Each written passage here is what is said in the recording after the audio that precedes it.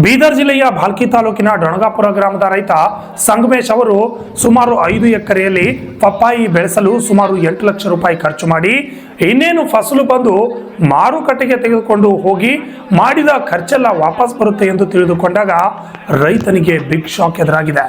ಅದು ಏನು ನೀವೇ ನೋಡಿ.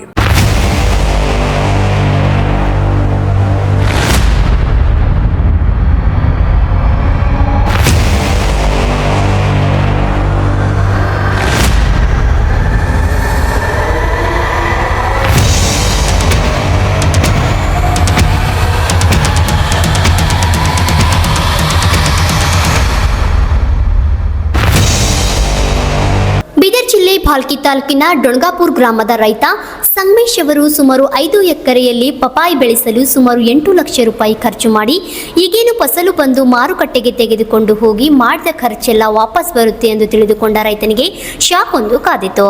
ಇದಕ್ಕೆ ಮೂಲ ಕಾರಣ ಕೆಇಬಿ ಅಧಿಕಾರಿಗಳ ನಿರ್ಲಕ್ಷ್ಯ ಧೋರಣೆ ಕಾರಣವಾಗಿದೆ ಎಂದರು.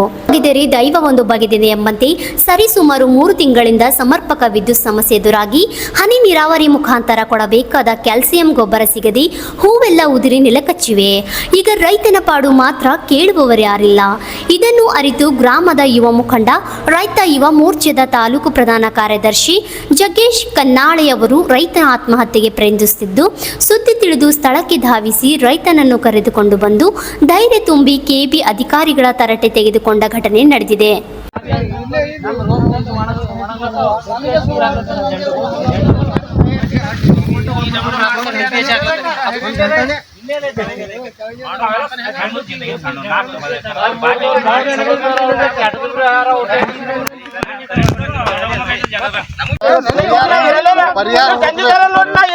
ಟೋಟಲಿ ಇರಲ್ಲ.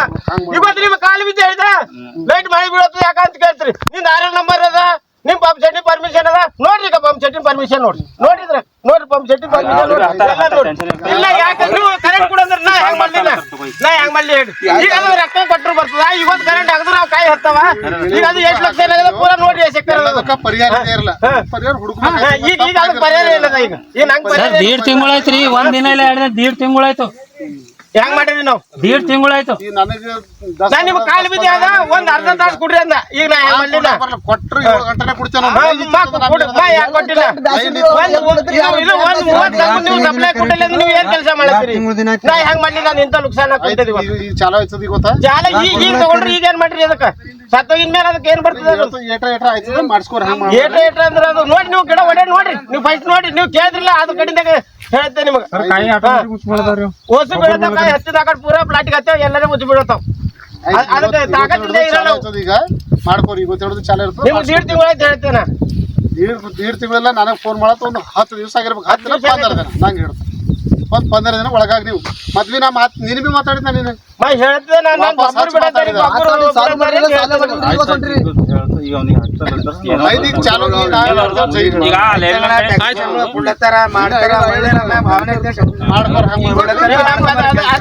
ಹೆಂಗ್ ಮಾಡ್ಬೇಕು ನೋಡ್ರಿ. ಅದ್ರ ಲೆಕ್ಕ ನೋಡ್ರಿ. ಈಗ ನೀವು ಕೇಳ್ತಿರಿಲ್ಲ. ರೈತರು ಏನಿರ್ತದ ಗೊತ್ತಾಗಲ್ಲ.